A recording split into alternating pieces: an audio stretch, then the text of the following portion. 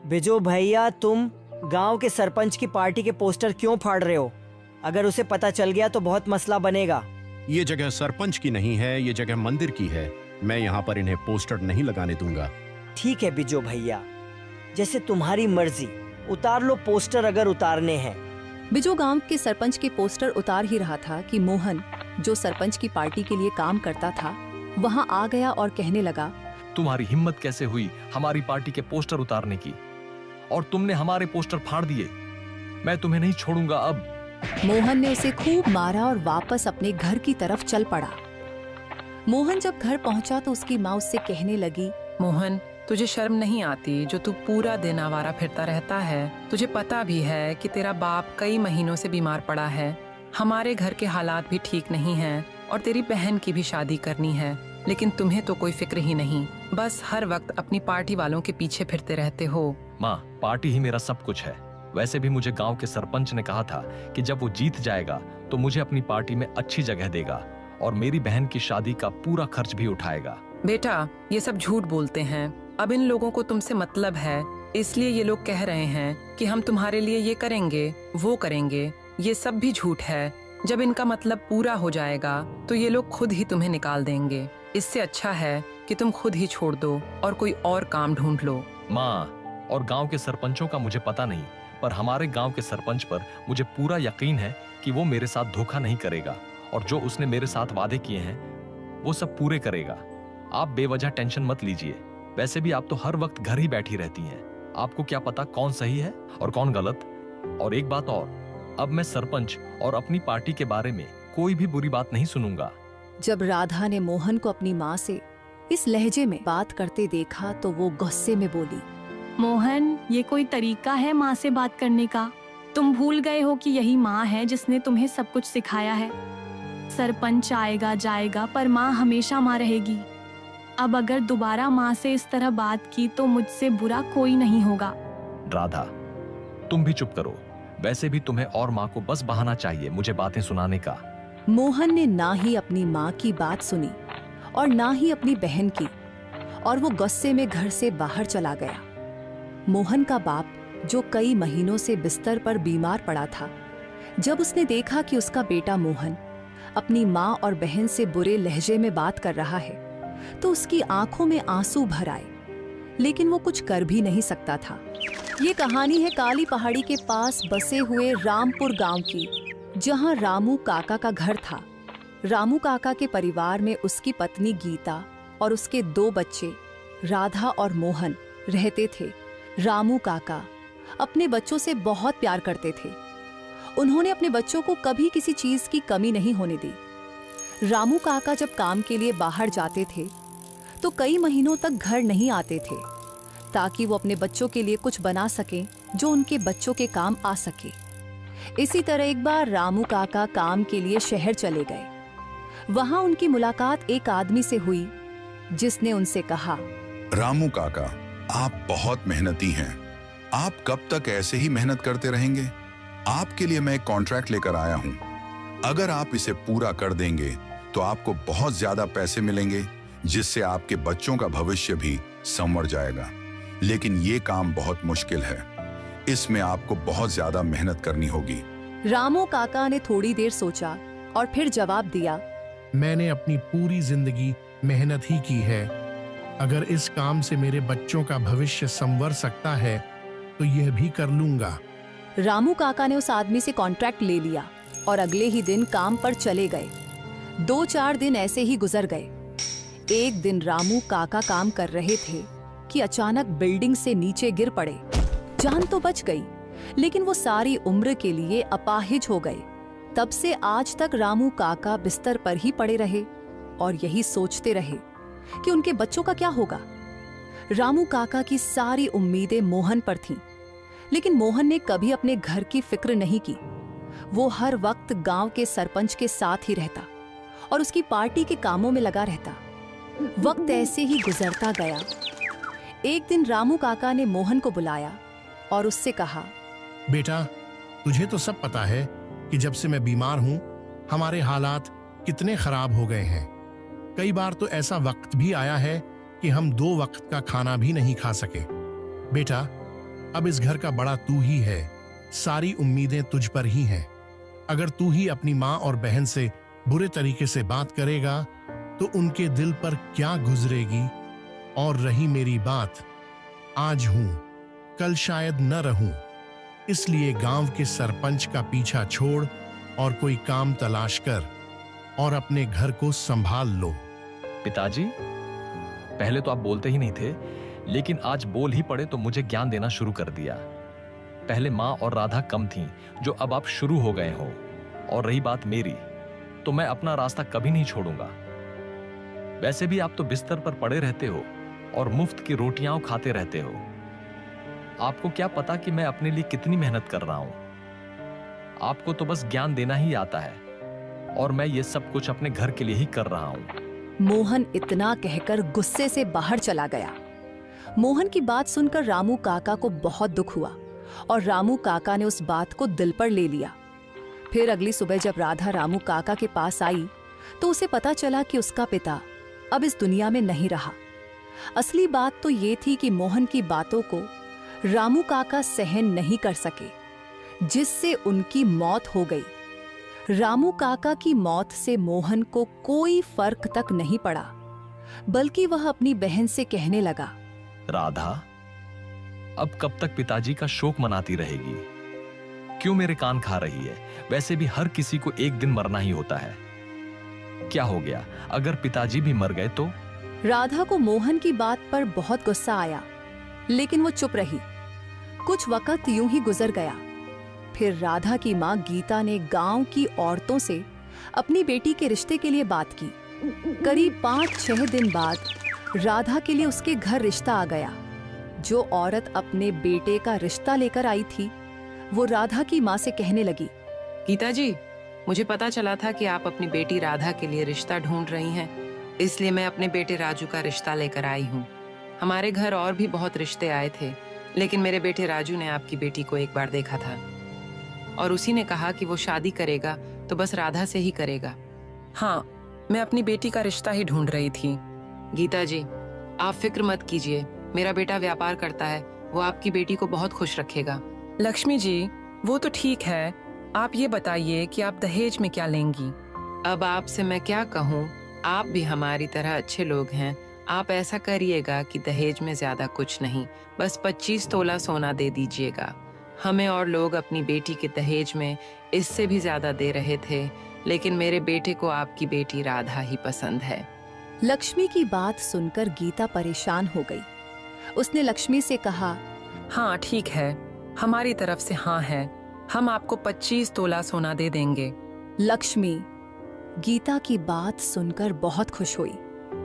फिर दोनों ने थोड़ी देर बातें की और उसके बाद लक्ष्मी वापस चली गई। लक्ष्मी के जाने के बाद राधा ने गीता से कहा, माँ, आपने उन्हें हाँ क्यों कर दी?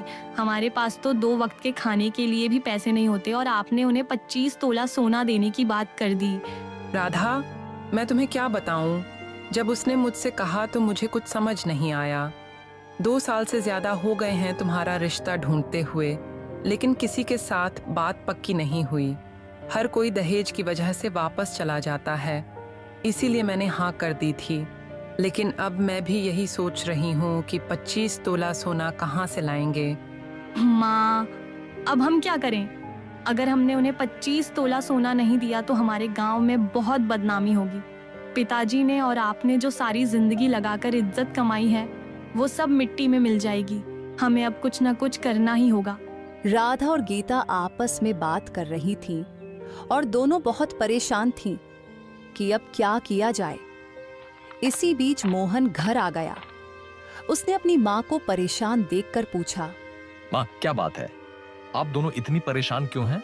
राधा ने मोहन को सारी बात विस्तार से बता दी। कैसे लक्ष्मी जी ने 25 तोला सोने की शर्त रखी है और अगर वो न दिया गया तो पूरे गांव में बदनामी होगी।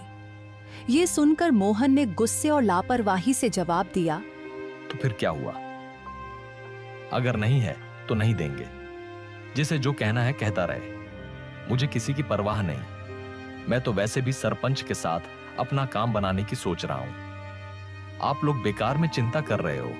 गीता की आंखों में आंसू आ गए और वो धीमी आवाज में बोली, बेटा, तू कैसे इतना बेफिक्र हो सकता है? अगर लोगों ने हमारी इज्जत का मजाक उड़ाया तो तेरे पिताजी ने सारी जिंदगी मेहनत करके जो इज्जत कमाई वो सब मिट्टी में मिल जाएगी। राधा की शादी कैसे होगी? मैं अब कहाँ से 25 तोला सोना लाऊं? माँ, मेरे पास भी इतने पैसे नहीं हैं। मैं क्या करूं? मैं तो खुद मुश्किल से अपना गुजारा कर रहा हूं। आप लोग मुझसे उम्मीद मत रखो।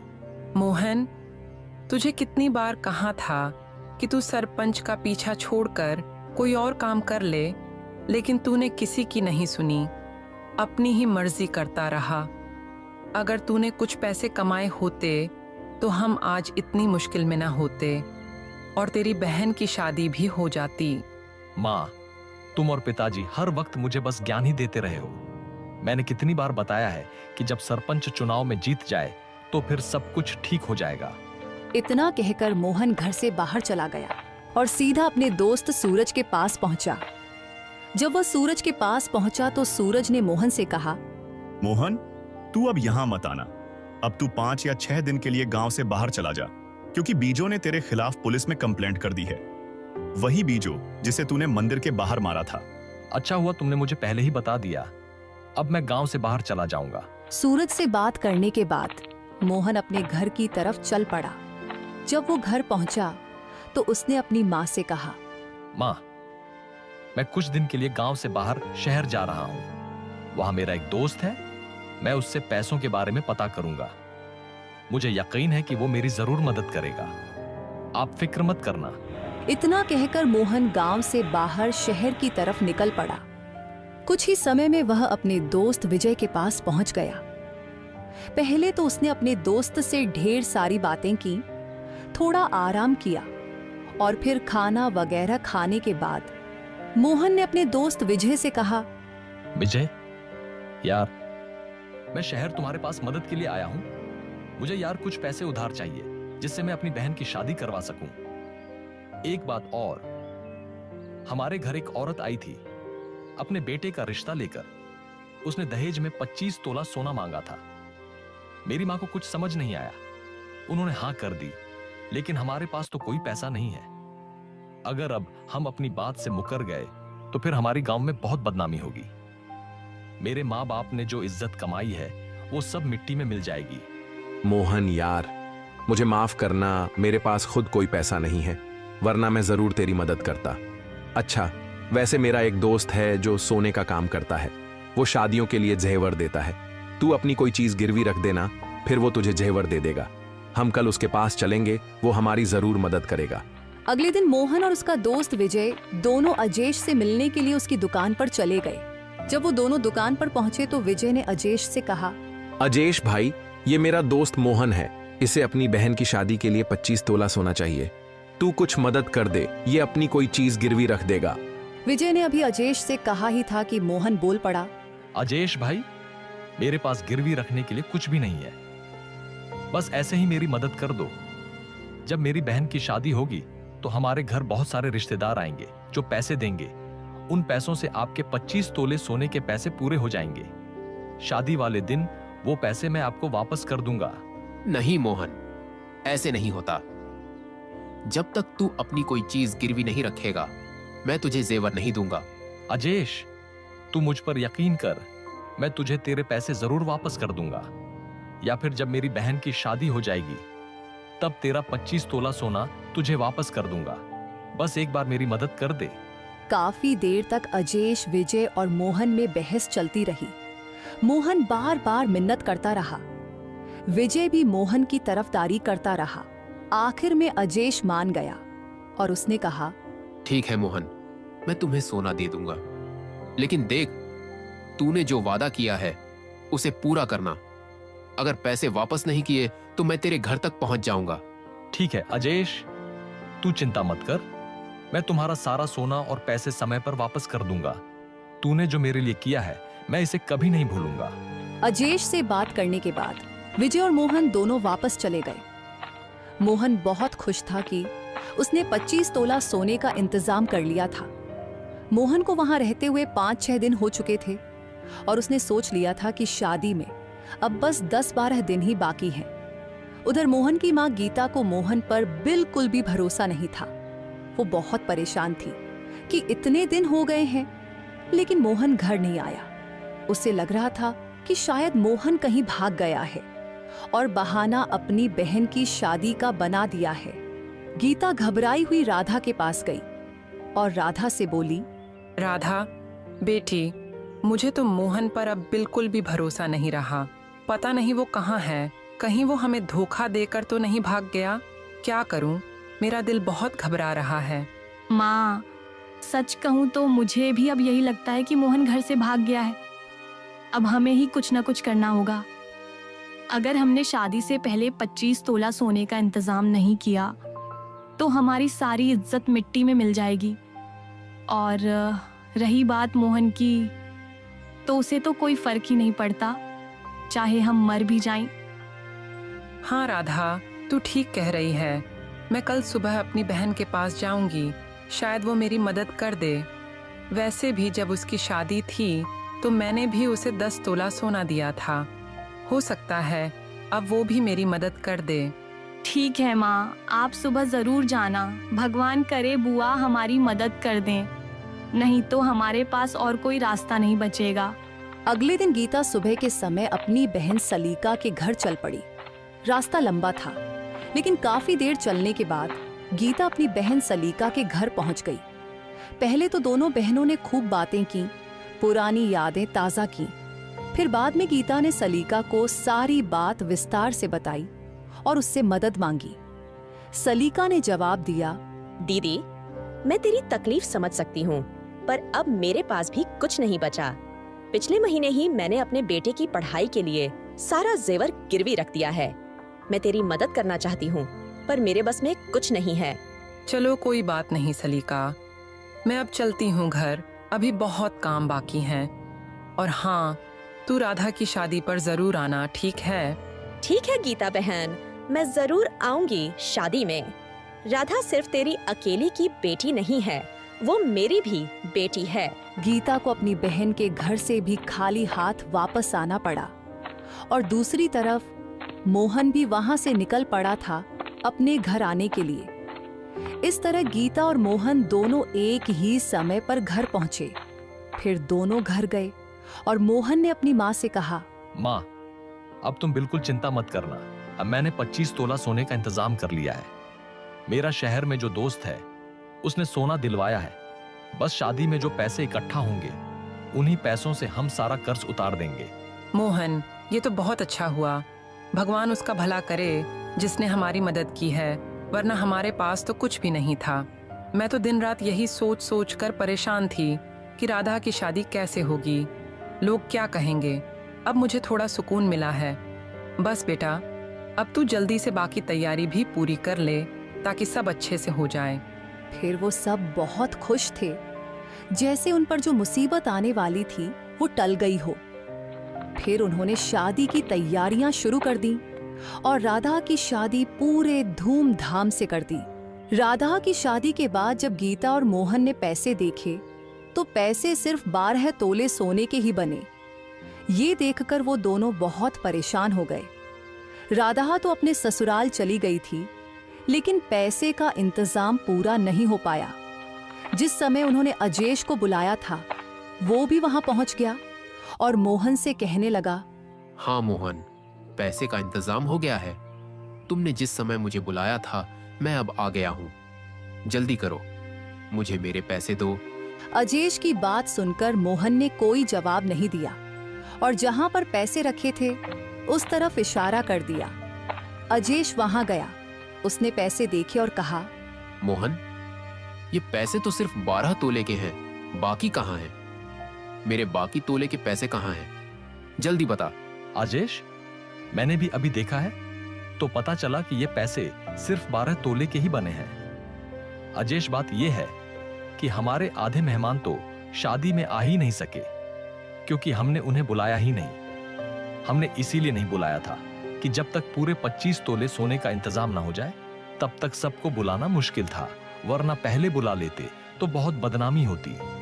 अब जब इंतजाम हो गया तो सबको बुलाया भी, लेकिन जो दूर दूर से आने वाले थे वो नहीं आ सके, इसी वजह से पैसे कम बने हैं। कर लो अजेश, हम तुम्हारे पैसे वापस कर देंगे, बस थोड़ा वक्त दे दो, सब ठीक हो जाएगा। नहीं नहीं मोहन, अब मुझे अभी के अभी पैसे दे। और रही बात सोने की, वो मेरा नहीं है, वो मेरे मालिक के हैं, मैं उन्हें क्या जवाब दूंगा। मोहन, अब नाटक मत कर, मुझे मेरे 13 तोले सोने के पैसे दे, वरना मेरा 13 तोला सोना वापस कर दे। जा, अपनी बहन से वापस लेकर मुझे दे, मैं इससे पहले यहां से नहीं जाऊंगा। अजेश, मेरी बहन राधा तो शादी करके अपने ससुराल जा चुकी है, वो अब यहाँ नहीं है, मैं उसे वापस कैसे लाऊं? मोहन, ये मेरा मसला नहीं है, ये तेरा मसला है। तूने मुझसे वादा किया था कि तू पैसे वापस करेगा, अब तू अपनी बात से मुकर रहा है। अगर तूने मुझे मेरे पैसे नहीं दिए तो मैं तेरी बहन के ससुराल चला जाऊंगा और वहां जाकर उससे खुद सोना वापस ले आऊंगा। नहीं बेटा, तुम ऐसा मत करना, वरना मेरी बेटी का घर खराब हो जाएगा। हमें थोड़ा सा वक्त दे दो, हम तुम्हारे पैसे वापस कर देंगे।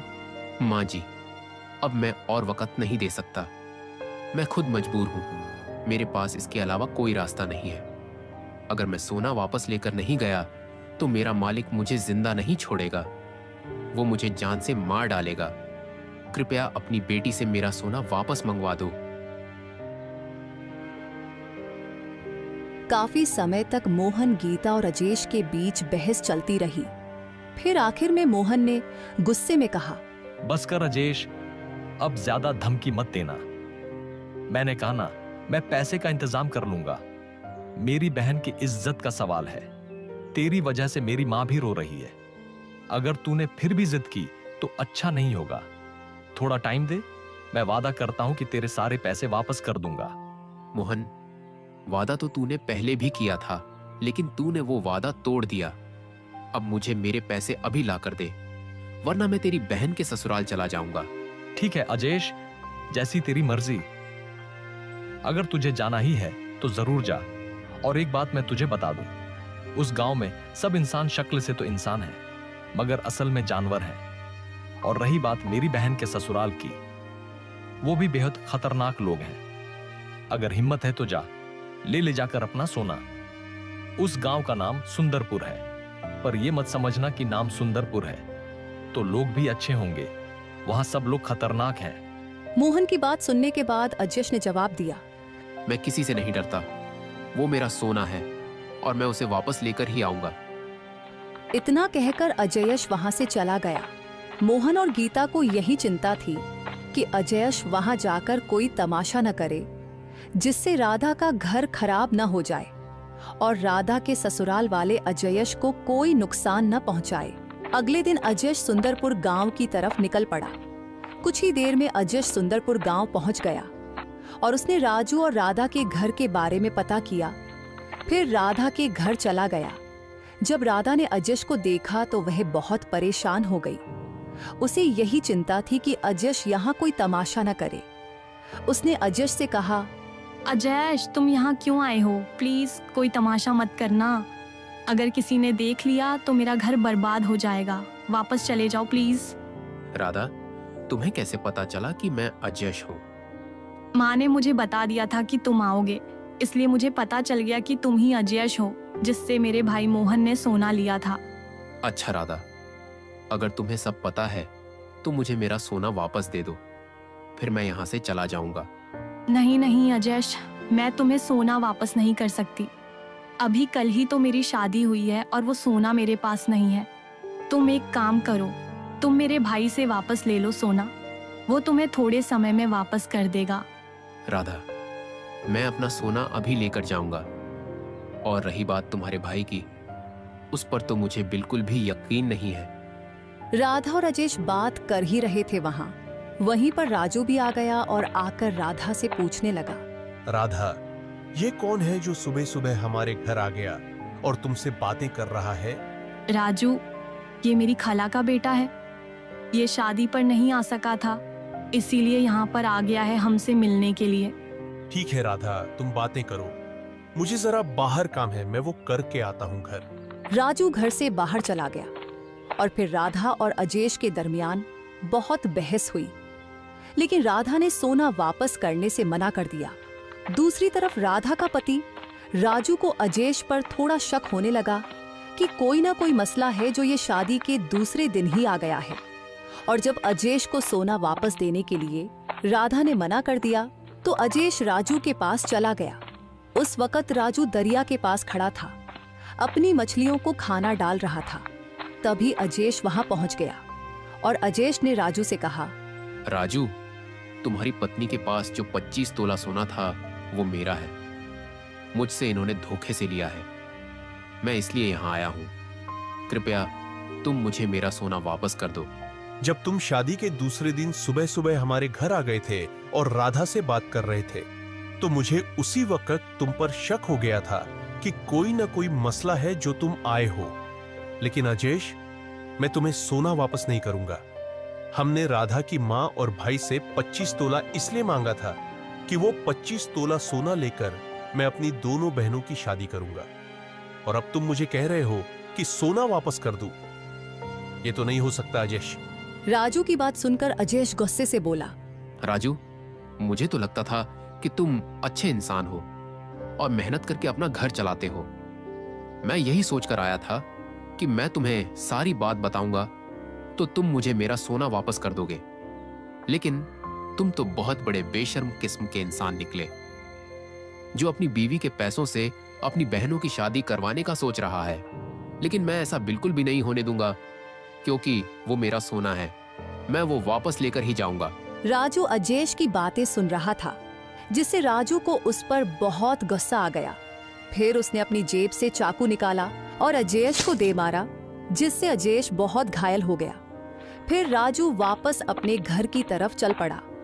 जब राजू अपने घर पहुंचा तो राधा ने उसके चाकू पर खून देखा, जिससे उसे समझ आ गया कि राजू ने अजेश को जान से मार दिया है।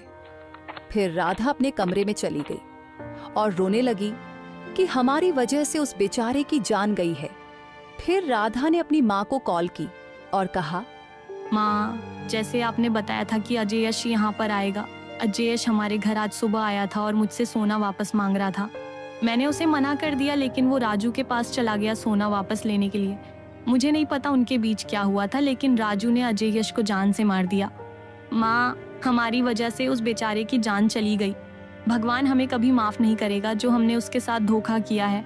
राधा की बात सुनने के बाद उसकी माँ भी बहुत परेशान हो गई, और दूसरी तरफ राधा को ये बात बहुत तंग कर रही थी कि उसकी वजह से किसी की जान गई है।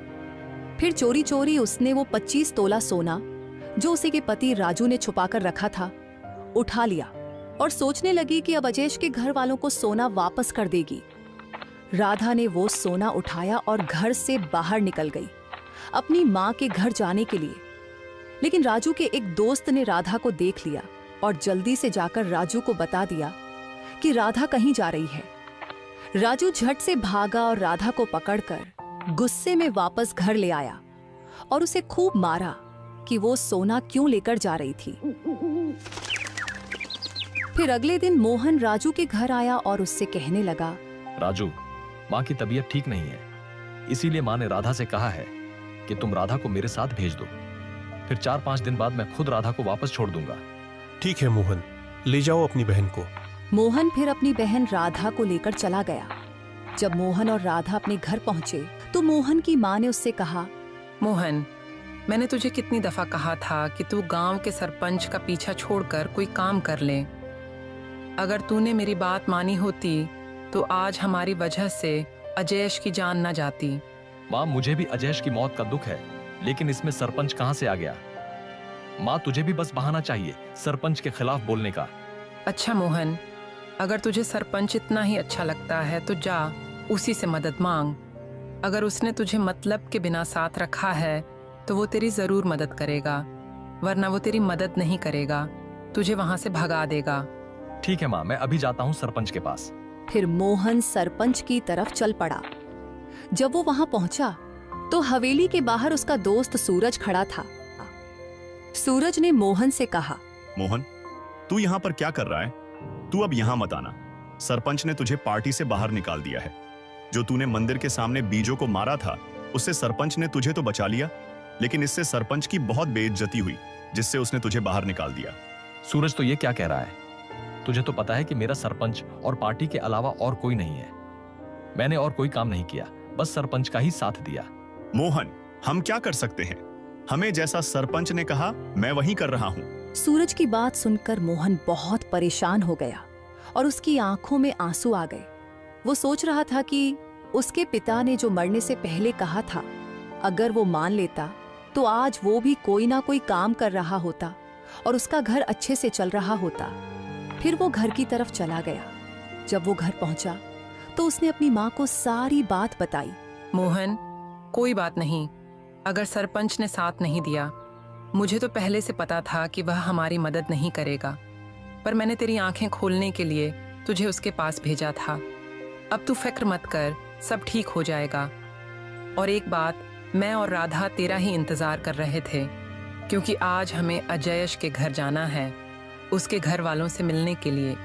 फिर वो सब अजयश के घर वालों से मिलने के लिए कुछ ही समय में अजयश के घर पहुंच गए।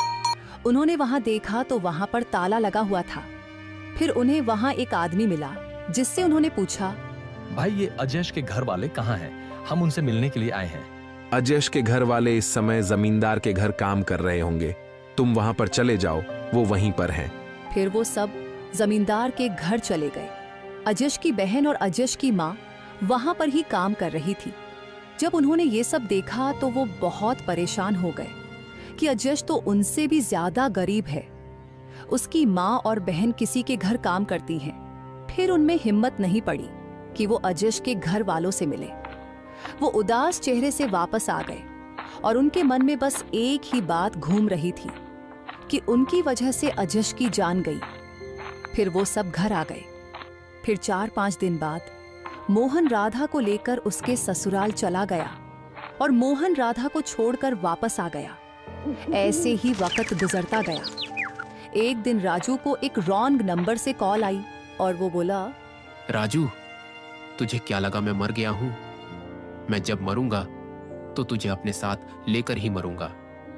अब तू उस जगह पर आ जा, मैं भी वही हूं जहां तू अपनी मछलियों को दाना डाल रहा था, और मेरा सोना भी साथ ले आना, वरना मैं तेरी सारी मछलियों को झड़ डालकर मार दूंगा। जब राधा को पता चला कि अजयश की जान बच गई है तो वो बहुत खुश हुई।